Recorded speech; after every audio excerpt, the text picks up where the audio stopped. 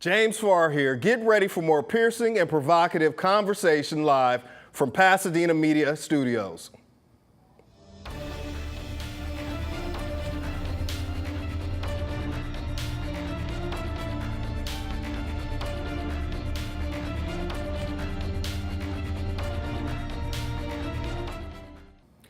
And welcome to another episode of the Conversation Live. The Conversation Live focuses on social justice, restorative justice, inclusion, and equality. Joining me today is civil rights attorney Skip Hickambottom. Today we're going to unpack and have a very uncomfortable conversation, critical conversation. Is Pasadena Police Department reforming or are they regressing? Let's take a look at this clip from our friends over at News Wrap, and we'll be right back with you in just a second.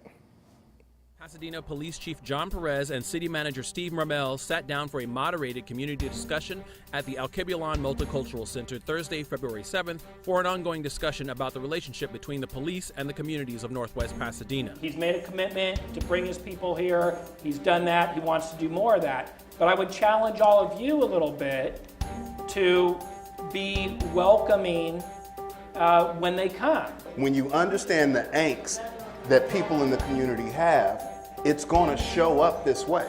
And Right. So, to Jasmine's point, if their feelings are going to be hurt, they don't need to be police officers. I'd rather sit down with the community and say, how do we talk about the data? How do we talk about what crime is really happening? About what's the percentage of crime being reported? Who are we stopping?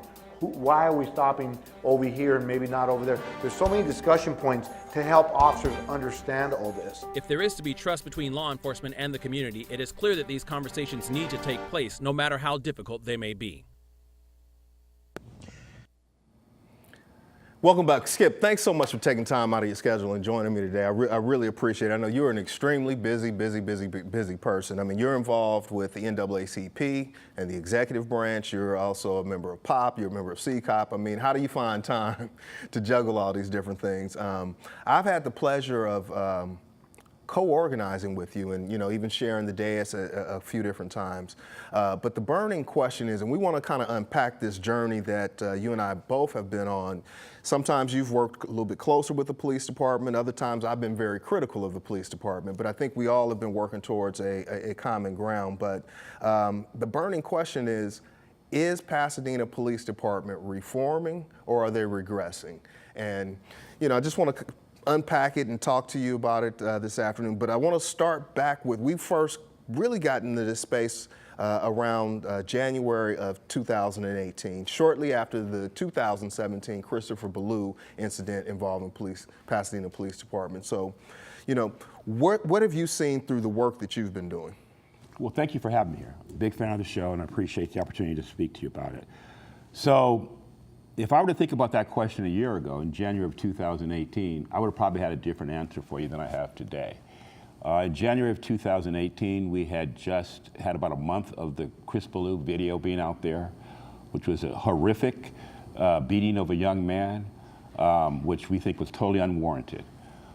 And to compound that problem, we had what we thought was an insensitive police department in terms of how it was dealing with these two individuals, the officers involved in the beating, and how it handled that. So in January of 2018, they were still on patrol. They were still part of the gang unit, and it was business as usual. We thought at the very least they should been put on administrative leave while the investigation was pending. Fast forward to February and the Black History Parade, and amazingly enough, these officers were assigned to patrol the Black History Parade. Yeah, I had asked, because I had Chief Sanchez on this very former Chief Sanchez on this very program, and I asked him, I'm like, doesn't that seem a bit insensitive that these officers were still on patrol and more egregiously at the Black History Parade? It just didn't make sense to me, And so what were some of the steps that you guys took with, through CCOP and POP to kind of bring that to the then chief's attention? Because shortly thereafter, he resigned. That's true. And, it was, I'm not necessarily saying that that was the reason that he resigned. There were some other things going on at that time, as you know. We had an officer who was selling guns when he shouldn't have been, and there were some other things going on in the police department that may have impacted that decision. I think Chief Sanchez was, in many ways, a very good police chief. I think he had a lot of reform ideas in his mind in terms of what he wanted to do with the Pasadena Police Department. And I think he was a disciplinarian. And as you know, it's oftentimes difficult to find out about discipline of police officers, the Bill of Rights. Yes. But I think that he did do a number of things to reform the department. However, on the other side of it, we believe that he simply was not understanding the impact that those decisions were having on the community. And I think that the police chief always has to have a police union on one side and community on the other side. And it's kind of a tough balancing act sometimes.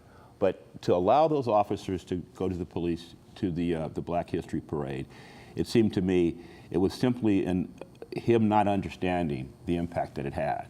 So, as you might imagine, many of us went down to the Public Safety Committee meeting and the City Council meetings and expressed extreme displeasure over it.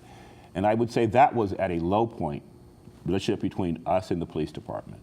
And I think at that point we were regressing. We were having a police department that did not seem to understand that something like that for our community was simply unacceptable. And so the decision was made. Police Chief resigned, and Interim Police Chief John Perez took over. And I frankly think that the department has taken a new course under Chief Perez. And we'll definitely talk about Chief Perez, but I kind of want to give our audience a timeline, Okay. So we kind of made our way into February, and then some things happened in March, and then in May of last year, if you recall, Interim Chief John Perez was supposed to sit down with me on May 1st.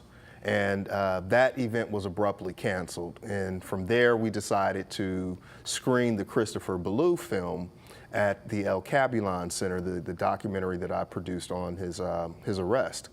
And that was the start of what is now known as Community Conversations. And so what was your experience in that space? It was facilitated by myself, Dr. Eshell Williams, Brandon Lamar sat on that panel with us. What was your experience there? I think it was a watershed moment in our relationship with the police department, because I think that was the first time we started talking to each other instead of talking at each other. I think that the way we got there was a difficult journey, because Perez did cancel the first meeting. I think part of the reason that he canceled it is he thought that was going to be a confrontational meeting where he was going to come into a situation and be set up and simply be attacked and criticized. And so I think he felt like he needed a safe space to be able to, and his officers to express their point of view. And I think the events at El Cabulon have helped to foster that relationship and helped for both sides to better understand where each side is coming from. And well, in to Chief Perez's credit, he did sit down with me in a one-on-one interview shortly after that event was canceled. So, again, he has certainly kept his words and his commitment to finding ways to bridge the gap within the community. Then we kind of look at, as we got closer into October, we wanted to sit down with frontline officers. And we invited 2 African-American officers and a Latino officer, head of the gang unit. And again, that was a very heartfelt, critical, and very uncomfortable conversation. So, again, I just really want to get your perspective on as you're seeing this and how you're experiencing it.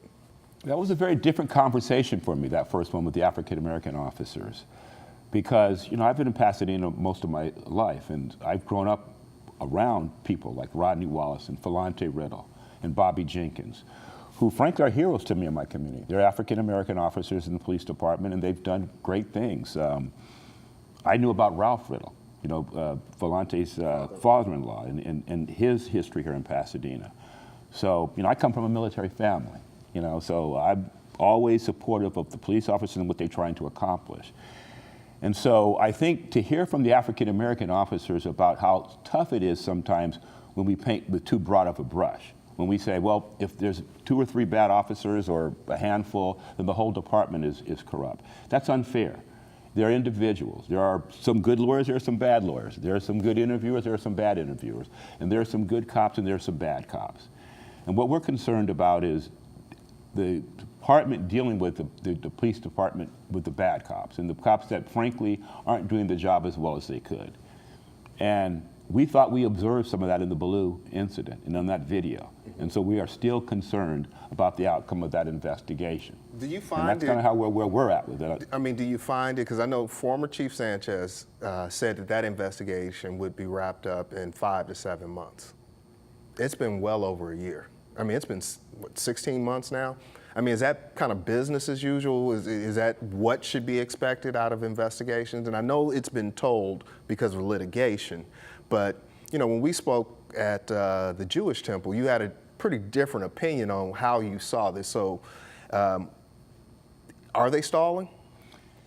You know, I don't know if it's stalling. They're taking too long to complete these investigations. I understand when you have litigation involved and attorneys are involved, I'm an attorney, that it takes time to work things out. You know, often you negotiate settlements, you come to a agreement with the plaintiff, and it gets resolved on that level. But that's a relationship between the person who's involved in the incident and the police department. We're talking about the community and what we think we need to understand about our police department. And so I think too often the Pasadena Police Department is worried about risk management and the administration, and not necessarily about getting the truth out there quickly enough and getting an understanding of what happened quickly enough. I think one of the things that does happen is that when we do get independent investigations of these incidents, and we do get reports from independent investigators, it doesn't necessarily resolve the problem, but it does bring some sense of closure. It brings some sense of understanding that, well, here's an outside investigator who came to this incident and gave us an opinion about that. We had one when we had McDade report. It took way too long to get it. We had one when we had the J.R. Thomas incident. It took way too long for us to get that report. And now I think we're having the same experience with the Pasadena Police Department and the Chris Ballou. It's taking too long for us to understand what the police department has to say about this incident. We all have our opinions, but we're waiting to hear from them. Why do you think the process takes so long? Because the J.R. Thomas report just came out 2 weeks ago, and there were some recommendations made in that report, one of which was how they actually review internally, and kind of the red team kind of idea of having individuals that don't have any rank in there that could really check and provide some balances. Do you feel that it's necessary for an independent auditor to kind of be on retainer for the department? Well, we at CCOP and at POP have advocated that the city should hire an independent police auditor full-time to monitor the police department activities. We have not been able to convince the police department that they want that there in their budget. We are appreciative when we do have independent investigations of critical incidents like the Ballou incident, the McDade incident, and the J.R. Thomas incident. So we see some steps in that direction, and we see a willingness by Chief Perez to call for independent audits, but we have not yet got to the point where that's a part of the police department on an ongoing basis. Mm-hmm. So we think we'd have a better police department if we had a full-time independent police auditor. That's where we've been on this for several years, and we continue to advocate that. Let me check in with folks. You're watching the Conversation Live. I'm your host, James Farr. My guest today is Skip Hickambottom, Jr., civil rights attorney, as well as a member of the Chiefs Advisory Council. And I want to talk a little bit more about what your role and your function is in that. I mean, you guys have been very instrumental in helping us to facilitate these conversations. Make sure you like and share this content. Check in the comments. We want to hear from you. If you agree, disagree, we definitely want to hear your voice, and Skip and I will certainly try to answer any of your questions. So Skip, with your role on the Chiefs Advisory Council, how did that come about? Because you know, some may say that you were kind of, I don't want to say co-opted, but it just, you know, in one hand, you were very heavy-handed and strongly opinionated. Why did you feel it was necessary for you to kind of work more strategically with the chief and serve in an advisory capacity? First of all, because I considered John Perez to be my friend, he asked me to do it. So that's kind of the basic reason I did it. I've known John for a long time, long before he became police. He's been in this community a long time, so have I. And he and I share a lot of the same vision for how the police department should be run.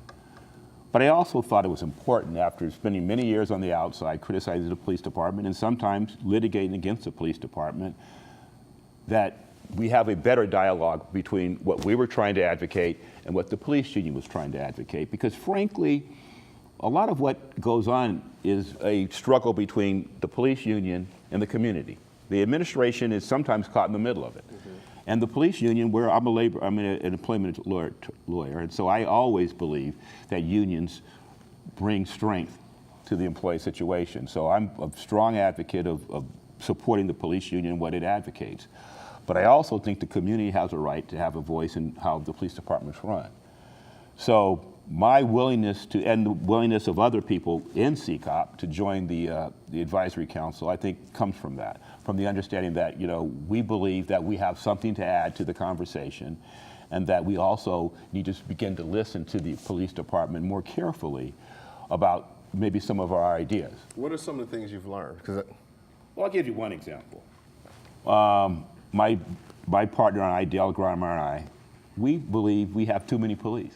We believe that our police department is too many, that we are the highest per capita of any city our size for police department in California. And we don't think necessarily that's a good thing for us. We would. Why is that a bad thing? Because some people on the other side of that would say we don't have enough police. Yep, yeah, I Some can officers I can from the understand department that, will and say we work too much. These are things that I've heard. You know, the shifts, the overtime. You know, you've heard both Chief Sanchez and Chief Perez say they're losing officers because of the overtime. So how does Pasadena have too much police? Well, I guess in a nutshell, we think that we should have less officers and better paid officers. You know, we're not at the top of the pay scale in the Pasadena Police Department. We're not at the bottom, but we're not at the top. We used to be closer to the top than we are now. Mm-hmm. And so we believe that we would be better served by less police who were paid more, because then we would probably have better retention. We often experience where we had police who come up through our ranks and then transfer up to other departments where they get better paychecks. So that's part of our concern. But I want to focus specifically on our helicopter force. We have 5 helicopters in the Pasadena police force. Long Beach, a much bigger city, only has 2. So we've always questioned why we have so many police helicopters, and we think maybe we have too many, and the officers assigned to them, we probably have too many officers assigned to them. Well, I've now talked to some people in that division, and they've given me a different perspective. You know, one of the things we thought might be better serve us, although there's issues about, you know, civil liberties, is the use of drones, as opposed to police helicopters to do surveillance from that distance. Well, apparently that's probably not right now, given the technology for drones, a reasonable alternative. So we have to think through some of these things. Another example I would give you about the use of force is I have now participated in the simulation that the police go through with using a weapon, and, you know, whether to shoot or not. And it's not an easy decision. Yeah, we talked about that earlier. We discussed that neuroscience aspect of it, but also the implicit bias. You know, many would say that some police officers, not all, but some are racist, but most will say they all have some sort of implicit bias. You know, so when you went through that process, how did you experience it? Well, what we do in the simulation is that we'll have an incident, it'll be on the screen, and we are given, you know, replica weapons. And, you know, the determination is there's a person here, there's an incident, it's unfolding, and although we're by no means, you know, qualified to be professionals, we're given a little bit of training and background about how this should work. There's 2 of us, who are involved in it.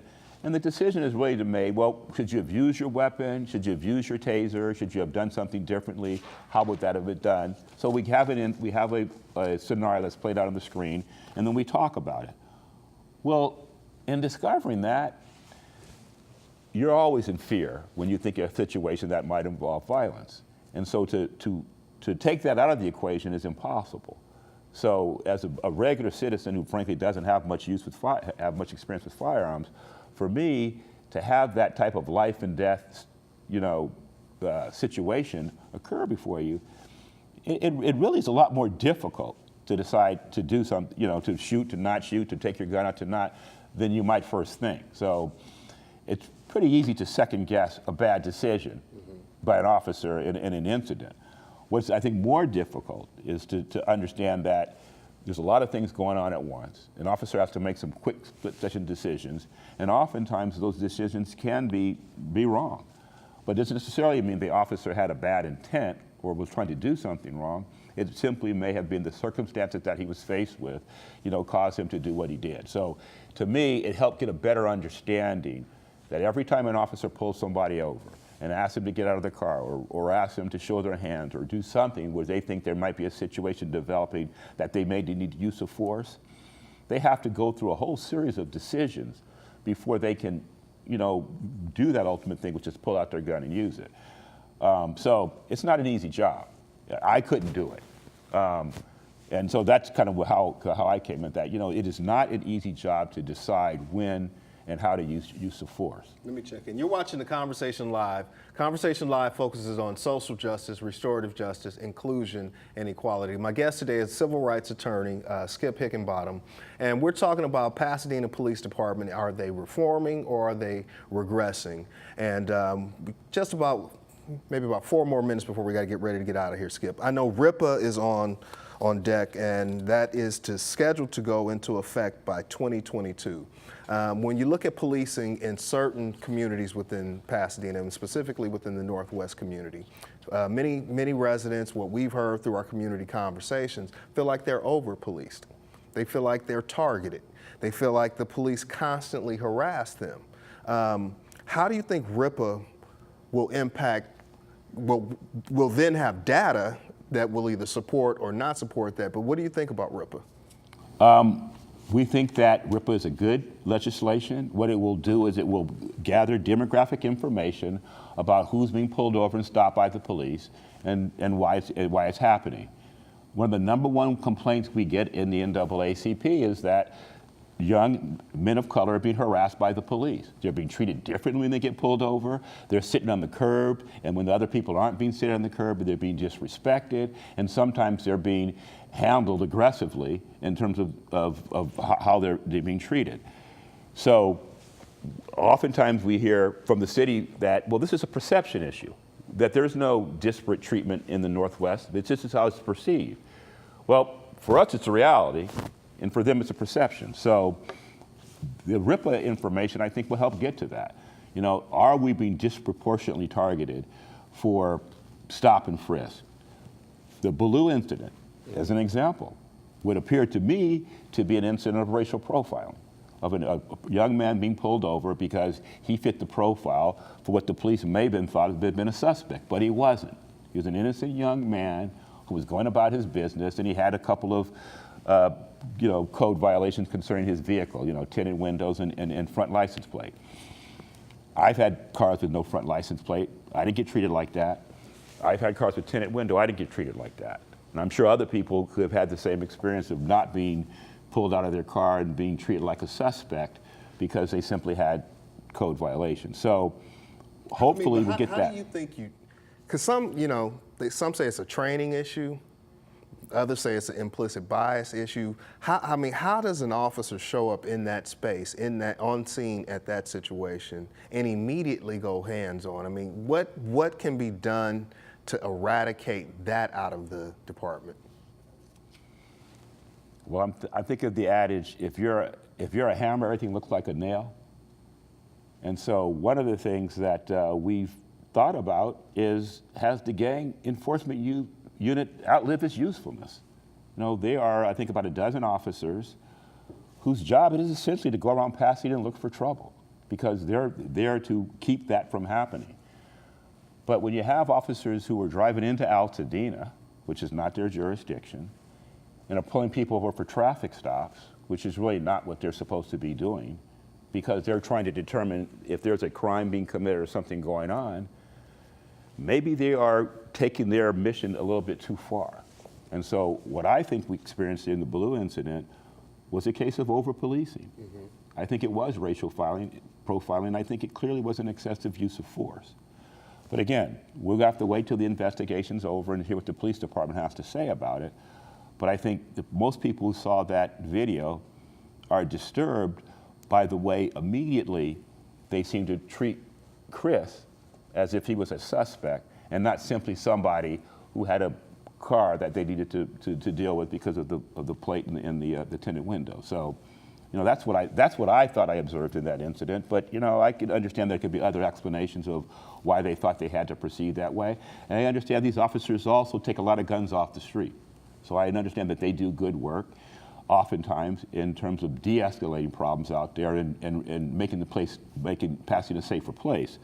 So I'm not saying that they don't serve a purpose, but I'm also saying that I think in that case what we saw was excessive use of force, but we also, I think, it began with racial profiling. So I think that if I had to pick two things that I think the Pasadena Police Department needs to work on, it's on whether or not it does have implicit bias operate out there in terms of racial profiling.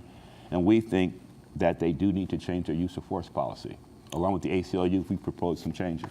I'm gonna park it right there, Skip. Again, you're watching the Conversation Live. I'm your host, James Farr. Conversation Live focuses on social justice, restorative justice, inclusion, and equality. Skip, we got about maybe a minute and a half, 20 seconds, final thought. Assembly Bill 392 by Weber in San Diego, and co-sponsored by Holden, our Chris Holden. It will change the way police officers get prosecuted when they do things that are inappropriate. It will essentially make it easier to prosecute police officers. I think we should look at that bill, and I think we should support that bill. My guest today has been Skip Hickambottom, civil rights attorney. He's very active in our community, Totomic family that has just had roots here for almost a century. Your father, your mother, just have done a lot of great work here in this city. I thank you so much, Skip, for joining us here in the program. Sit tight. Next week, coming up on the Conversation.Live, Yvette McDowell will be in the seat. We're talking cannabis in the city of Pasadena. Everything you'll want to know about, from regulations to retail sales. Should Pasadena make a better effort for a social equity program? Until we have another opportunity to speak with you, as always, agape.